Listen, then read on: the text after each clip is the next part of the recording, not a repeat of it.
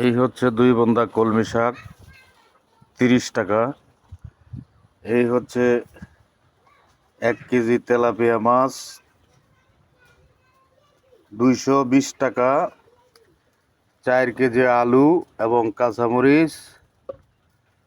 আলু 4 কেজির দাম হইল 220 টাকা। কাঁচামরিচ 250 গ্রাম 50 টাকা। আজকের দিনে ইনকাম হয়েছে, এখন সকাল থেকে এখন বেলা বাজতেছে হইল আপনার প্রায় 11টা। ইনকাম হয়েছে 150 টাকা। আর এখানে টোটাল বাজার হয়েছে আপনার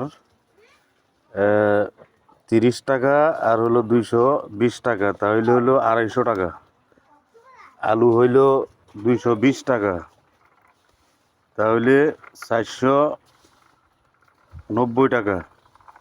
কাঁচামরিচ হইল 50 টাকা, তাহলে 540 টাকা। তো ইন টোটালে এখানে 540 টাকার বাজার। আর সকাল থেকে ইনকাম হয়েছে আপনার 150 টাকা।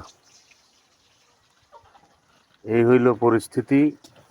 ভবিষ্যৎ কিভাবে হবে, কিভাবে চলবো সেটা জানি না। প্রতিনিয়ত দেনাগ্রস্ত হয়ে যাচ্ছি। ইনকামের সাথে খরচের কোনো মিল নাই। ভালো থাকেন। আসসালামু আলাইকুম।